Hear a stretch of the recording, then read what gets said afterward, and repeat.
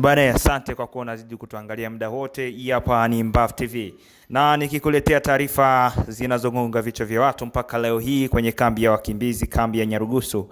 Ni baada ya kutokana na mjadala unaoendelea mpaka saa hizi kutokana na kati ya msanii Bob GM pamoja na Franksio, ambao ni kitu kikubwa ambacho kinaongeleka mpaka sasa kufuatia mtoto ambaye ameweza kuzaliwa na Sabrina, huku ikitajwa kuwa huenda mtoto ana wazazi watatu, kitu ambacho hakijawahi kutokea.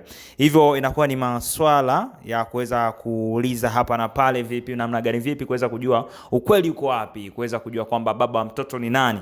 Lakini watu wengi wameweza kutoa mijadala na kuweza kutoa comment mbalimbali ili mradi kuweza kuona kwamba tuna ili swali linakaaje.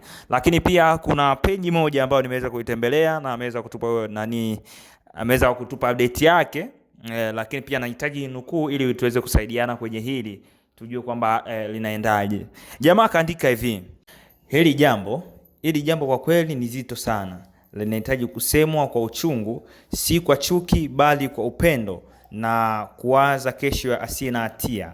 Mtoto hajawahi kuzaliwa na wazazi watatu kwa maumbile wala kwa kawaida.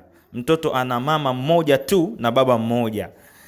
Haijalishi mama amepitia mambo mangapi na changamoto ngapi kwenye maisha yake, lakini ndani ya moyo wa mama huyo anajua ukweli uko wapi na baba wa mtoto ni nani. Kinachohuzunisha zaidi ni pale ambapo mzazi anapochanganya hadharani akiwataja wanaume zaidi ya mmoja kama baba wa mtoto huyo, kana kwamba ni mchezo au njia ya kutafuta umaarufu. Inawezekana leo mnafurahia kuandikwa, kuzungumzwa na kuonekana kwenye mitandao. Inawezekana hata kunaongezea kitu kwenye majina yenu au kazi zenu. Lakini je, mmewahi kukaa hata dakika moja mkawaza kuhusu kesho ya mtoto huyo?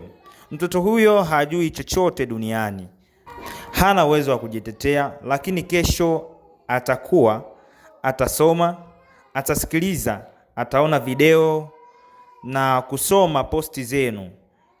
Atakuja kujiuliza, baba yangu ni nani? Na maumivu ya swali hilo ni kubwa zaidi. Hili si swala la like, si swala la views pamoja na headline, lakini ni swala la uhai na hisia ya mtoto. Please, kaeni chini kama watu wazima. Tafakarini kwa kina kuhusu kesho ya huyo mtoto. Msitangulize maslahi yenu tu, umaarufu wenu au hisia zenu binafsi. Mtangulizieni huyo mtoto, mpeni heshima yake, mpeni ukweli wake, mpeni msingi mzuri wa maisha yake. Mtoto anastahili haki na kujua baba yake halisi. Mtoto anastahili kukua bila mzigo wa makosa ya watu wazima. Mtoto anastahili upendo, heshima na ulinzi. Tafadhali, chukueni hili jambo kwa uzito unaostahili. Kesho ya mtoto ni muhimu kuliko kelele zenu za leo. Bana, hiyo hapo ni comment moja wapo ambayo nimeweza kukutana nayo kwenye mitandao ya kijamii. Mtu fulani ameweza kudondosha comment hiyo hapo na akiweza kuelekeza kwa wazazi na kwa watu husika ambao wameweza kutajwa kwenye matukio hayo, akiwa Franksio, akiwa Bob GM pamoja na mama wa mtoto ambaye ni Sabrina. Lakini kuna mjadala mwingine ambao ni mkubwa zaidi ambayo nimeweza kuangalia kwenye website zingine. Nikakutana na dada fulani anazungumzia kuhusu swala hili pia na kusema kwamba aliyechanganya zaidi sana ni mama wa mtoto. Je, kwa nini amefanya vitu kama hivi nini? Ikawa ni hivyo, lakini kitu kikubwa ni cha kuweza kuangalia leo kwa vijana ambao mienendo yao wanayofanya kikweli sio kitu cha kuweza kufumbia macho na sio kitu cha kuweza kuchekelea, kwa sababu kinahusisha maisha ya mtu, kinahusisha maisha ya mtoto. Kwa hiyo ni kitu ambacho kinatakiwa kichukuliwe na serious, lakini kama kuna mitani ndani yake inabidi waweke kando pia kuweza kuangalia kwamba mtoto ataishije maisha yake. Ushaona?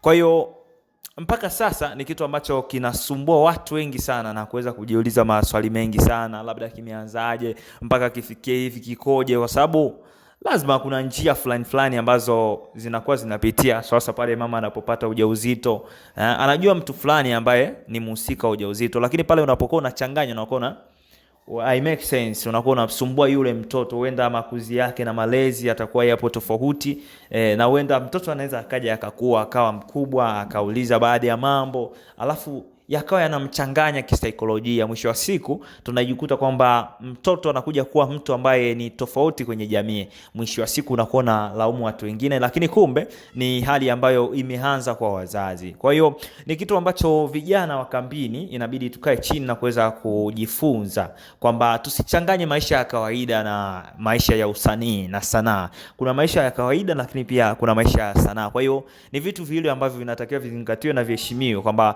tusichanganye hichi tunakileta huku. Tunapochanganya basi hapo tunajikuta kwamba tunajenga familia ambayo ni familia ya usanii, na wakati kwenye maisha ya kawaida usanii hauhitajiki. Ushaona? Kwa hiyo ni kitu kimoja ambacho nitaka nikusanue kupitia Mbavu TV. Kwa hiyo nahitaji comment yako, uweze kudondosha comment tuweze kujua kwamba kipi ambacho unachokihisi wewe pia. Labda kimeweza kukugusa, labda pia ulikuwa haujakiona lakini umekuja kukiona kupitia Mbavu TV. Kipi ambacho unaweza ukatuambia na kipi ambacho ulichoweza kukiona kupitia